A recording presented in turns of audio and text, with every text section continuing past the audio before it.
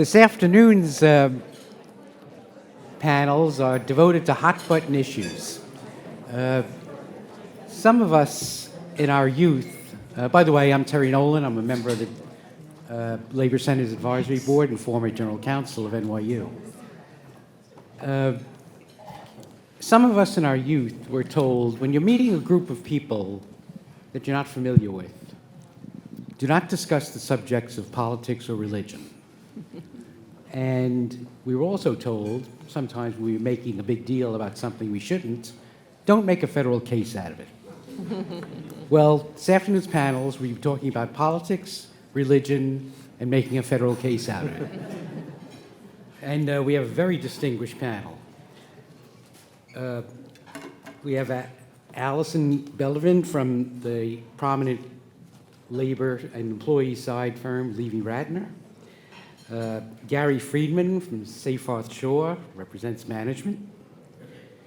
Joshua Goodbaum, who represents employees. And our own commentator, Professor Cynthia Estlin from NYU Law School. So please, take it away. Thank you. So I want to welcome everybody. Free speech rights of employees was one of my first preoccupations as a legal scholar, starting when I was actually in law school, so very many years ago. But it's a topic that keeps on giving. It keeps on generating really interesting controversies. I'm going to be less of a commentator than a kind of introducer. I'm going to sketch the basic landscape of employee speech rights. And I want to caution you from the first, I think our audience is heavily public sector, but we're going to focus very much on private sector and mainly in the non-union workplace. So I'll sketch the landscape and then panelists will fill in some of its features. So the landscape of employee free speech rights is powerfully shaped by the employment at will background rule. Employers can discipline and fire employees for any reason or no reason at all unless the law prohibits a particular reason. Contrast that with the rest of the world, pretty much, in which the principle is employers have to justify dismissals. But here we have any reason or no reason at all. That's good enough, but with exceptions. And yes, there are quite a lot of exceptions nowadays. The burden of proof and process on all those exceptions is on the employee or the agency in some cases. The burden to identify and prove a motive that falls into one of the particular exceptions. So switching from my landscape metaphor to water, I once described this, this overall situation as scattered islands of protection in a choppy sea of employer discretion. So getting to the islands, or the exceptions to employment at will that specifically protect employee speech, the first and the biggest still exception is the National Labor Relations Act, Section 7's protection of concerted activity for mutual aid or protection. And some of that, it includes some political activity, and Allison's going to fill that in a little bit later. Second, and I'm sorry I don't have a PowerPoint with these numbered. Second, there's a whole lot of statutory whistleblower protections and anti-retaliation protections, federal and state. They are usually quite narrow, and they focus on speech that discloses or claims a violation of statutory rights and duties. So, for example, Title VII's protection of employees who claim in good faith of discrimination, federal securities laws that protect whistleblowers in certain categories. New York now has one of the broadest state statutory protections of whistleblowing in the country. Still not much here in this category for employees' political speech. Third category is a sort of common law, a little bit of a catch-all category, the common law tort of wrongful discharge in violation of public policy. That usually requires a clear statutory articulation of public policy where the statute doesn't specifically protect or give any cause of action to employees who stand up and speak out in support of that policy. Still not much here for political speech. It's pretty much based on standing up for particular, speaking out about violations of the law. The fourth category is a big and diverse category of state statutes that actually do protect some political speech and political activity from employer interference. Some of that is described in the Volokh piece that's in your materials. Some of these are very old, like dating from before the secret ballot, protecting employees from retaliation for how they vote in an election. Most of these protections, they're very obscure. Some of them are very narrow, and they tend to be focused on participation in electoral processes. There are very few that give any private remedies. They may create a criminal, like misdemeanor, for example. Very little litigation, very little law under these, most of these statutes, but it is actually a possible source of public policy in the majority of jurisdictions in which there's a common law public policy tort of wrongful discharge. But then there are several broader state statutes that protect employee speech, including some that are quite near to us, the newly revised New York recreational activities statute, which we're going to hear more from Gary, I think, on that. And Connecticut's very unusual statute that protects private sector employee speech more or less along First Amendment lines. And Josh is going to talk a bit about that in a minute. But I do want to stress before we get to those exceptions, unless employees can squeeze into one of those exceptions, employees who speak out on political and social issues at or outside the workplace are generally vulnerable to, if the employer disapproves, to punishment without legal recourse. There is no general principle, unlike in almost all European countries, that your off-duty activities are your own. We don't have that.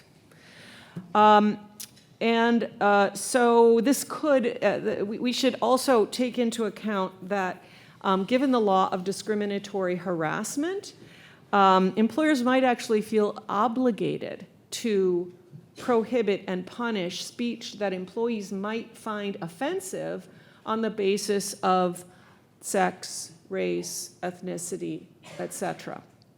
And by the way, that of course might include anything anybody says on any side of Gaza and the Palestinian controversy.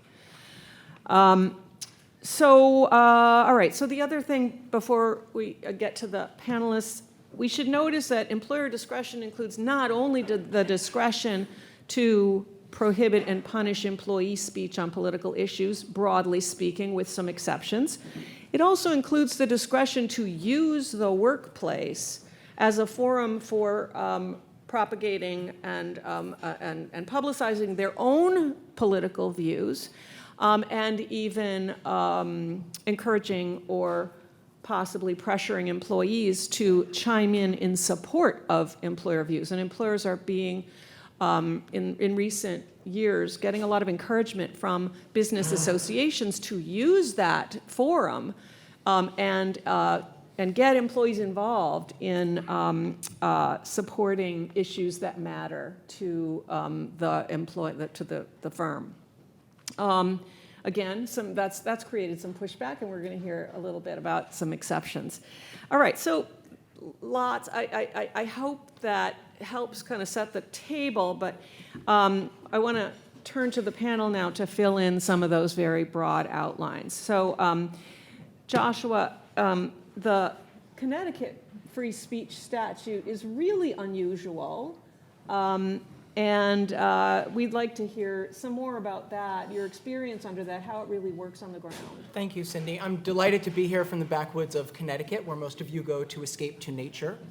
And I want to tell you, as Cindy said, about an unusual, perhaps even unique statute that deals with employee speech. I first want to tell you, because most of you probably don't practice in Connecticut, 3 reasons why you might care about this. The first is it's interesting, I promise. The second is Connecticut is a small economy, of course, but we punch above our weight, far above our weight in certain industries. I'm thinking in particular of the financial sector. And the third is that I wouldn't be surprised if this kind of employee-friendly law that I'm going to tell you about shows up in a much more populous state or city, perhaps one day. I think this feels like the kind of thing that the New York City Council might be very interested in. If there are any council members in the room or folks who work for them, I'd be happy to chat with you about it. So let's turn to the nuts and bolts then of this statute, which is codified at section 3151Q of the Connecticut General Statutes. We just call it Q in the lingo, and that's probably how I'll refer to it.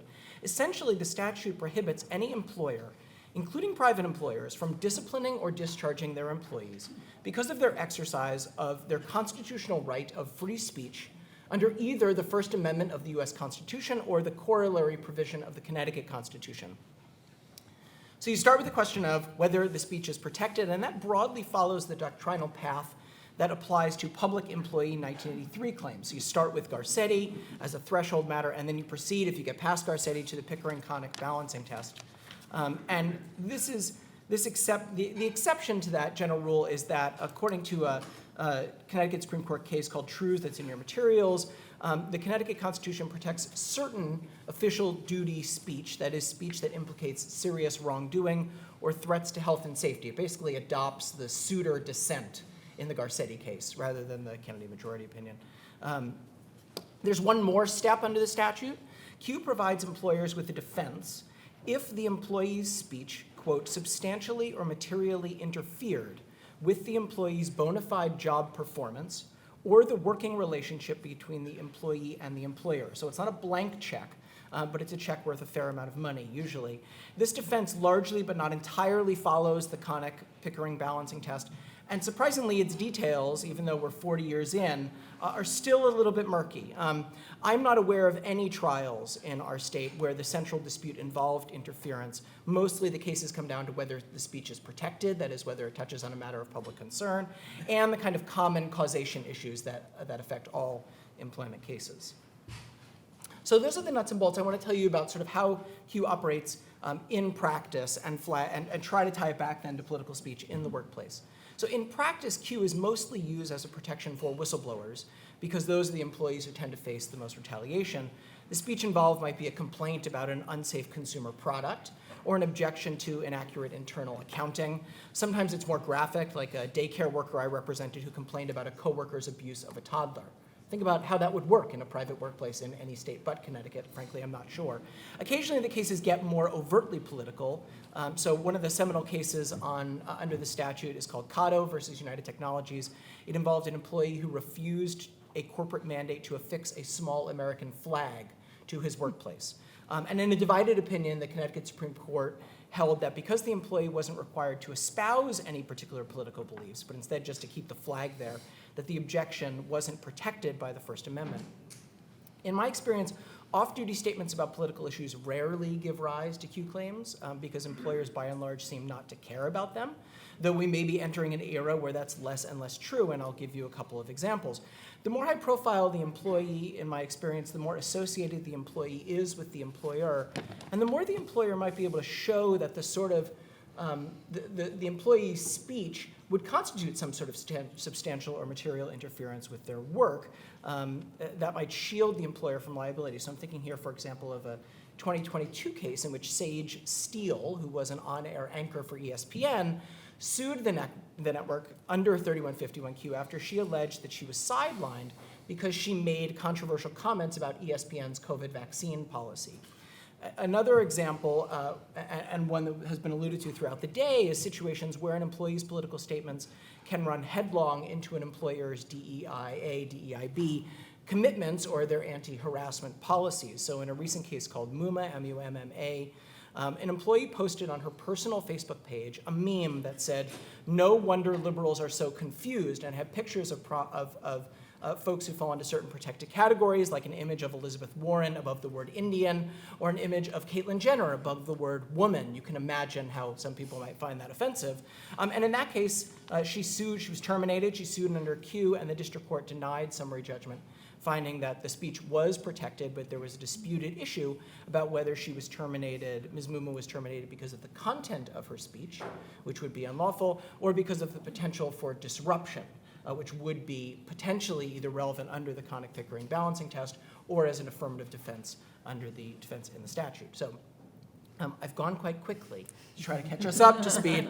But in summary, if you end up with a speech case in Connecticut, don't forget about 3151Q, or feel free to give me a call to discuss it.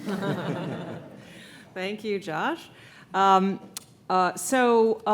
just wanted to, before going to Allison to talk about the Section 7 NLRA, just get a show of hands. How many people here work for the NLRB? Okay. So we've got a certain amount of expertise in the room. So let's hear about that. I won't let that deter me. And with the focus, I think you're planning to focus on how political speech might or might not fall under Section 7. Exactly. So hi, everyone. It's very nice to be with you all today. And as Professor Estlund suggested, political speech can be protected in the workplace under the National Labor Relations Act because the National Labor Relations Act protects activities, including speech, that are concerted and that are engaged in for the purpose of mutual aid and protection. And I'll talk a little bit about what that means in a moment. But I want to make a couple of comments about both the breadth of the National Labor Relations Act protections of speech and the narrowness of it. On the breadth side, the National Labor Relations Act applies to all private sector workplaces, not just in unionized workplaces. So even in non-union workplaces, these protections for speech apply. It's very important that folks understand that. That being said, the National Labor Relations Act protections for speech are also narrow in many ways. First of all, there are a lot of workers that are not covered by the National Labor Relations Act. Supervisors and managerial employees are not covered by the National Labor Relations Act. Independent contractors are not covered by the National Labor Relations Act. I will note that the NLRB has recently expanded its definition of what an employee is to make the independent contractor exception more narrow, and we could probably have a whole panel just on that. But even so, that still leaves a pretty wide swath of people involved in our economy that are not protected by the National Labor Relations Act. In addition, the National Labor Relations Act definition of protected concerted activity is limited to activity that is both concerted and is engaged in for the purpose of mutual aid and protection. That means it needs to be workers coming together, either one worker on behalf of themselves and others, or multiple workers together, and that the activity or the speech that they're engaging in has to be in some way related either to their terms and conditions of employment or more indirectly to sort of their lot as employees. And we can talk a little bit more about what that means as we go along. So if a worker's political speech, a worker who is covered by the National Labor Relations Act's political speech is both concerted, meaning it's being engaged in by or on behalf of two or more employees, and is engaged in for the purpose of mutual aid and protection, meaning it relates to their working conditions or their lot as employees, then employers cannot discipline or discharge or otherwise retaliate against them for that speech. Nor can employers create policies, workplace policies or handbook rules or personnel manual provisions that prophylactically prohibit this kind of speech. So, like many things National Labor Relations Act related, who is in the White House can have an impact on what's going on with speech. The Trump National Labor Relations Board took a pretty narrow view of protected concerted activity and speech within that protected concerted activity, and not surprisingly, the Biden National Labor Relations Board takes a much broader view of what constitutes protected concerted activity and what employer rules would interfere with protected concerted activity such that they're unlawful. I want to suggest a few cases for people to consider if you're interested in exploring this. One is a case called Stericycle. This is a case on employee handbook rules, and it did away with Trump board analysis of employee handbook rules, and instead really focuses on whether a reasonable employee would see a rule as preventing them from engaging in protected activity, including speech. So, for example, if an employer had a rule that says political speech in our workplace is prohibited, I think there's a very good argument to be made that such a rule would prevent workers from engaging in protected concerted activity, because there is political speech that is related to workers' wages, related to workers' benefits, related to other things that relate to their employment that rule would prohibit, and that would violate the act. Similarly, employers often have civility rules. You must be civil in the workplace. Well, things can get heated when engaging in protected concerted activity, and the National Labor Relations Board has recognized that. And so a general civility rule, I think, is going to be problematic. I want to talk about a few examples of the way we're actually seeing this in real life. One has to do with Google. And those of you who have been following what's going on in Google in the news lately, Google just fired a whole bunch of employees for engaging in a protest, and what they were protesting was Google's contract with the Israeli government for some cloud computing software. And the details of the software are far above my head, so I'm not even going to try to talk about it, but a number of workers engaged in the protest, and the workers were fired for doing so. Those workers have filed charges at the National Labor Relations Board, and we'll see what will happen with them, but the argument there is that by complaining about their employer's contract with the Israeli government, and that contract relates to the work that they do, they were engaged in protected concerted activity because it was for mutual aid and protection. It related to their jobs. And I suspect that the current National Labor Relations Board, the current NLRB General Counsel, may see things their way, but we'll see. Another example is a number of unions passed resolutions recently, pro-Palestinian resolutions calling upon their employers to do a number of things, including divesting from the Israeli government, including statements of support for not only people in Gaza, but Gazan workers and trade unions in Gaza, and calling upon their employers not to discriminate against them for their speech in support of Palestinian rights. Question whether or not that is protected speech. I think we're going to have to wait and see on that. The final example I want to give is a case that actually was decided by the NLRB. It's a case called Home Depot.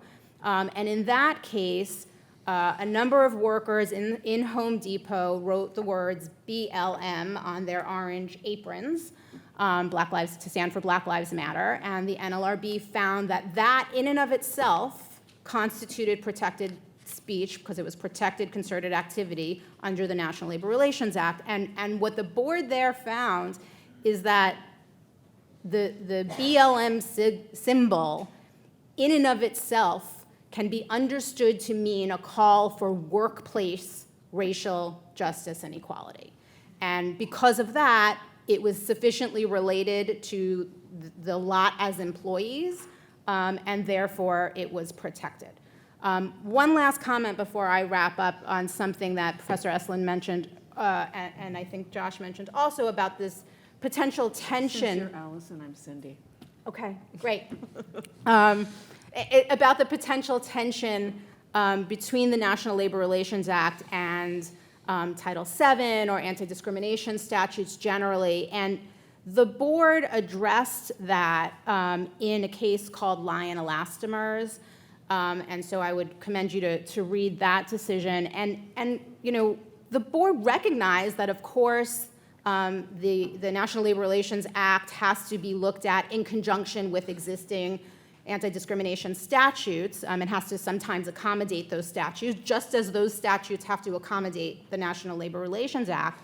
But really made it clear, Title VII is not a civility code. It doesn't require people to refrain from saying anything that is potentially offensive in the workplace. It noted that employers sometimes invoke anti-discrimination law in order to cover up their own hostility to workers exercising their rights, and that we have to be very wary of that. And that they just didn't accept the proposition that an employer, in the name of complying with discrimination statutes, should have free rein to limit employees' ability to speak in the workplace. So with that, I will cede my time. Okay. Gary, you're going to fill us in to begin with on some relatively recent amendments to the New York Recreational Activity Statute, which was famously interpreted last time I taught employment law, which is a few years ago, to say dating was not a recreational activity. That seemed questionable in some ways, but the new amendments really expand the reach of the statute, including political speech, right? Yes. Thanks everybody for being here, and it's great to be here and discuss these issues. First of all, one of the things that's interesting that Josh said, Connecticut is a kinder, gentler state. We all know that businesses are leaving California, they're going to Texas. The ones in Texas, due to issues relating to reproductive rights, are moving out. But nobody's ever moving out of Connecticut, except if there's one statute that's going to make them move out of Connecticut, it's going to be Q. Because employers' hands are tied in a very unique way that they are not tied in a place like New York, although that may be changing, and I think you may be right. I think Connecticut has generated some very interesting ideas that may be picked up on elsewhere. The name of the program is Political Speech in the Workplace, but this really political speech adjacent to the workplace, because that's really what it is, and sort of what we're talking about at the end of the day, and that's what presents the hard questions. So the New York recreational law, which probably most of you are familiar with, has been around for decades, but the crux of it, 201D, says you can't take any adverse action against anybody with respect to political activities outside of working hours. Legal use of consumable products. Cannabis has not surprisingly made its way in there as of 2021, prominently in each section. And then legal recreational activities. In a large sense, it's legal recreational activities where the rubber's going to meet the road in terms of how that's construed. Political activities, that section of 201D has not been modified. It's pretty narrow. The definition of political activities is running for public office, campaigning for a candidate, or participating in fundraising. It's pretty narrow. It's not political speech. And we'll talk about that in a minute. Now, recreational activities are defined as any lawful leisure time activity for which the employer receives no compensation and which is generally engaged in for recreational purposes, including but not limited to sports, games, hobbies, exercise, reading, and the viewing of television, movies, and similar material. You can tell that that section hasn't been amended because conspicuously absent is social media. So they got cannabis right, but they're still lagging behind in that regard. Now, with respect to the amendment, so what was added in September of 23 is particularly Section E here, which is an individual's refusal to attend an employer-sponsored meeting where the primary purpose of which is to communicate the employer's opinion concerning religious or political matters. You can see from which that sprung. Or listen to speech or view communications, the primary purpose of which is to communicate the employer's opinion concerning religious or political matters. So what's a political matter and what's a religious matter? Well, once again, I think that the legislature tried to limit what political matters were, saying that it means matters relating to elections for political office, political parties, legislation, regulation, and the decision to join or support any political party or political, civic, community, fraternal, or labor organization. Once again, not political speech, of which there is aplenty nowadays. Religious matters, though, really is defined a bit more broadly, at least in my view. It means matters relating to religious affiliation and practice, and the decision to join or support any religious organization or association. So again, there was an attempt to expand the scope of the statute in adding this. Governor Hochul signed it in September of '23. There has been at least one case that has attempted to define the contours of what recreational activities involves. Many of you may have heard about it, got a lot of press. It's Sander versus Westchester Reformed Temple. Actually, that's my old temple up in Westchester. My current temple. That's your current temple, okay. I had nothing to do with this case. Me neither. But I do pay my dues. In that particular case, the plaintiff was hired in a secular position. Plaintiff's Jewish, hired in a secular position to help with the study of Hebrew, but also to help with expanding the Jewish community and supporting cultural events associated with the community. Prior to her being hired, she had co-authored a blog post on her website, and this is in 2021. The issue of Israel, Hamas, and Palestine obviously has been going on for a long time. She was posting with respect to some activity that was taking place in Gaza in 2021. And the blog posts really talked about, first of all, she expressed her discontent that hostilities were taking place during the month of Ramadan. She mentioned that the occupation was a legalized apartheid vis-a-vis Palestinians. And she stated that dismantling white supremacy would make the world safer for all marginalized groups, including Jews. So she was hired, and then this blog post came to the attention of senior management at the temple.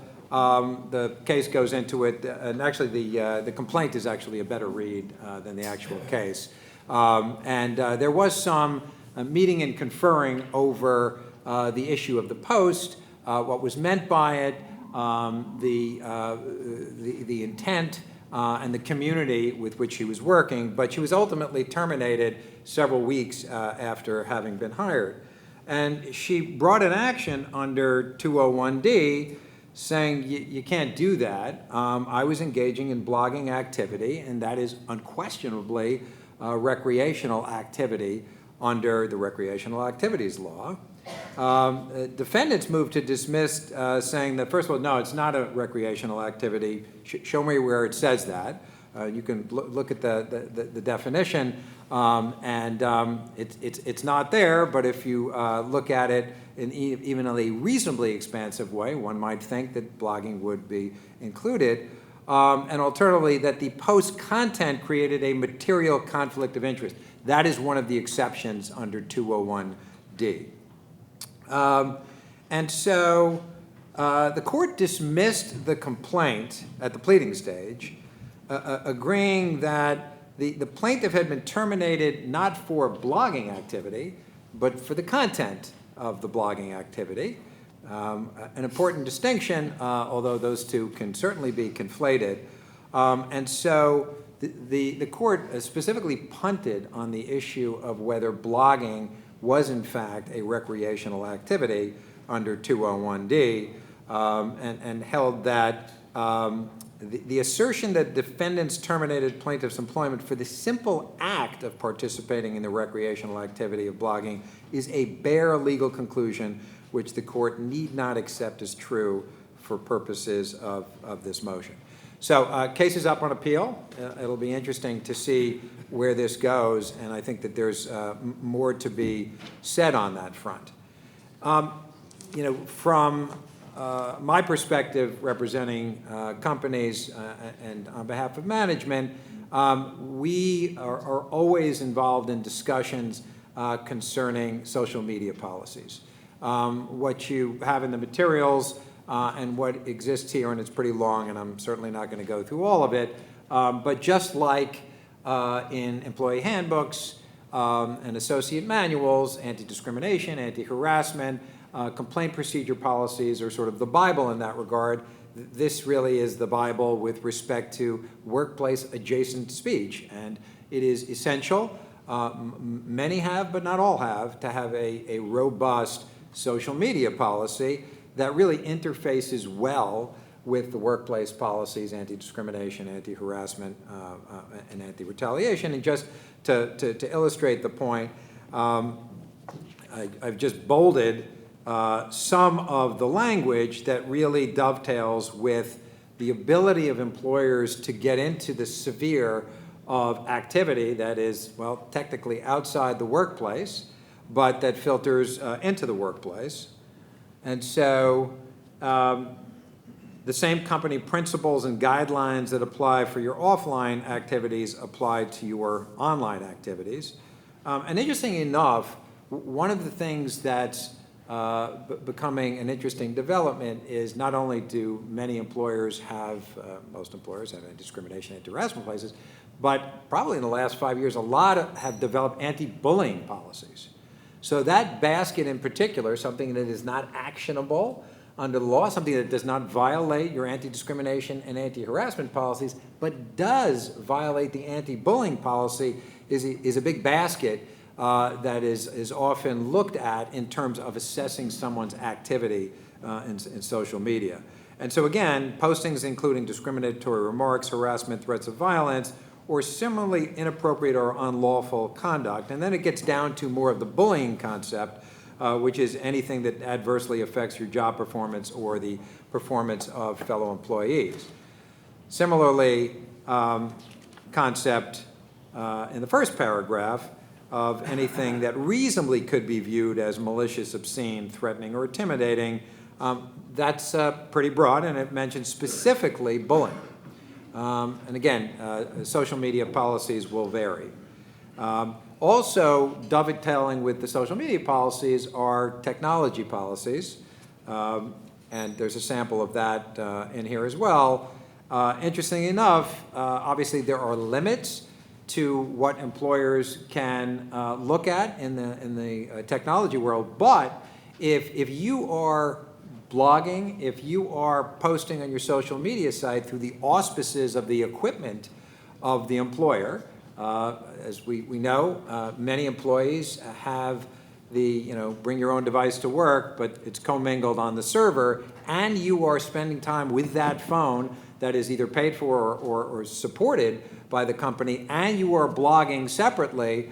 Well, if you take a look at a communications and computer policy, that may give the employer the right to address issues that seems to be particularly outside the workplace, but then filters into the workplace. There are a couple of interesting cases that are at the appellate level in New Jersey involving issues where the court really looked to the social media policies, at least in part, in reaching its conclusion and saying that the employer was justified in taking adverse action against the employee. Both of these cases, one of them is Zach versus Integra Life Sciences. It's 2022, New Jersey Supreme Court Appellate Division. That case, as well as McVeigh versus Atlanta Care Medical System, also 2022, they involved in part whether it was public or private speech, which again is an issue that has been raging for a while, but I think it's going to subside somewhat because of the development of these statutes, as well as the intersection of social media policies with anti-discrimination laws. But in this case, a white female was actually blogging and posting on Facebook in the wake of the death of George Floyd and at the height of the protests. And I'll just quote a few of the remarks. And first, she posted statistics about police having killed more whites than blacks, and this was literally several weeks and after Mr. Floyd's death, and really in the midst of the protests. And that started a conversation on her Facebook page. And then she says, it's so frustrating. What everyone fails to realize is that if you're home on the couch doing what you're supposed to be doing, you won't ever be one of those numbers, no matter what your race, religion, or political affiliation. Interesting enough, the manager and her ultimate manager responded to that by talking about white privilege and white fragility. What happened was that she was ultimately terminated.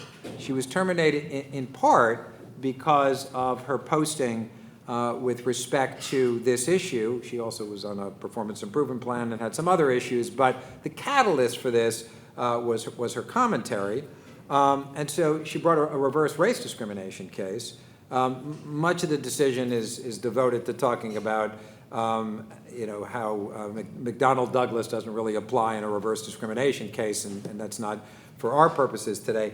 But what the court did say, and they relied heavily on the company's social media policy that really gave them the right to monitor speech technically outside the workplace that filters into the workplace. And interestingly enough, and the court really got into the shoes of the employer in this instance and became what is affectionately known in the case law as a superannuated personnel department, and said, hey look, this is, employers have an interest in knowing that they can run their businesses as they see fit, as long as their conduct is consistent with public policy. And so the court said, look, what the plaintiff said here really violated the policies and the culture of the company.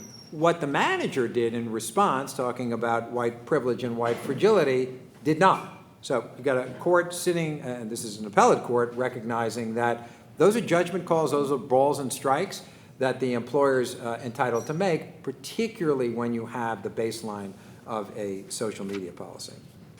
So let me pause there. Yeah, so if there are questions right away, I think we could go to questions. Otherwise, I wanted to see if Josh or Allison wanted to respond to anything there. This is a question. I'm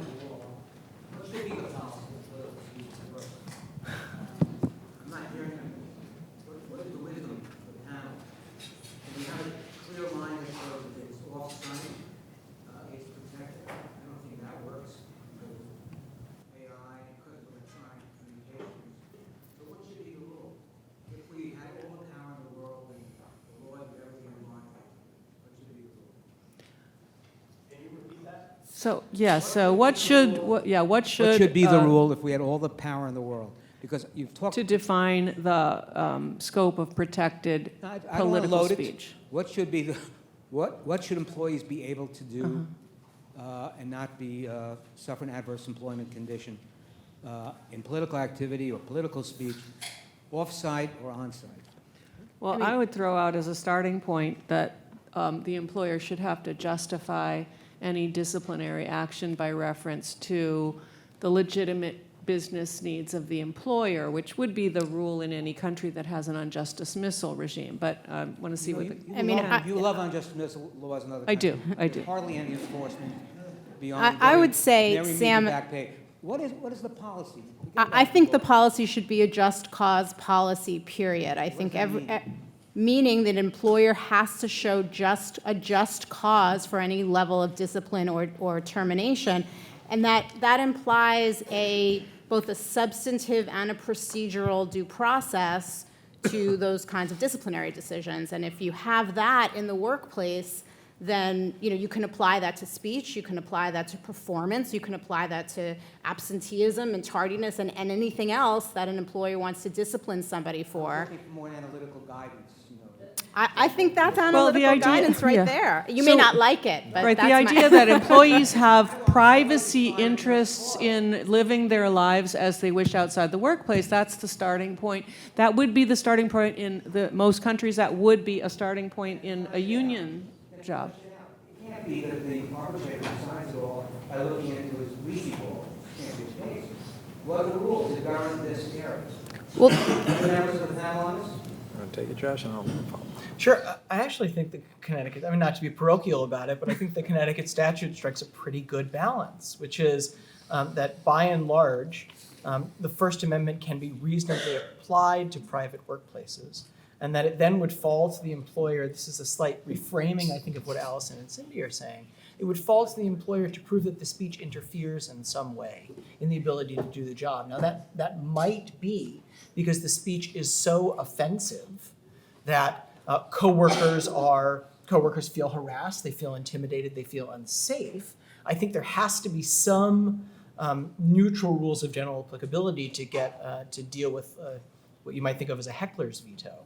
But it seems to me that by and large, if we want to live in a free country, one where people are encouraged to participate politically, it probably shouldn't be the case that you can be fired because of your statement about political issues. I recall a story, I don't know if this was real or not, but a story in the lead up to the 2020 election in Florida where some, owner of a private business said, hey, if Trump doesn't win Florida's electoral votes, you're all fired, right? That's just deeply troubling, right?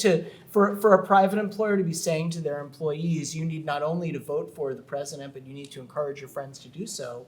And I think I'm not sure anybody wants to live in that society. Now, I imagine Gary would say, none of my clients would do something like that. That's nuts, right? And indeed, I'm sure Gary's clients are better advised than that, not just about what the law is, but about what's right and wrong. And to me, that's pretty obviously wrong. But, we use the law to police fringe cases, and if everybody's acting the way they should be, maybe we need fewer laws. Yeah, I mean, there needs to be some elasticity, but there really is a time and a place. I mean, the workplace is decidedly different. There are plenty of places to be on a bully pulpit. There are plenty of ways in which to do it. And I frankly think material interference is a pretty high standard. I do think that the social media policies have to be elastic enough to allow for robust discourse. But why is it that in the private sector, that should be the place where you're vetting all the issues and debating all the high problems in life and society? There are a whole slew of other issues that you probably are not going to want to talk about. You probably don't want to talk about sex. You probably don't want to talk about death. There are a lot of things you don't want to talk about. So At work, you mean at work. At Don't work. talk about them At work, right, Yeah. right. Okay, so I think we've, Sam's question exhausted the room for audience questions, but it was a good one, a very, provocative question. So I think we have to finish. Yeah, thank this panel for a great discussion.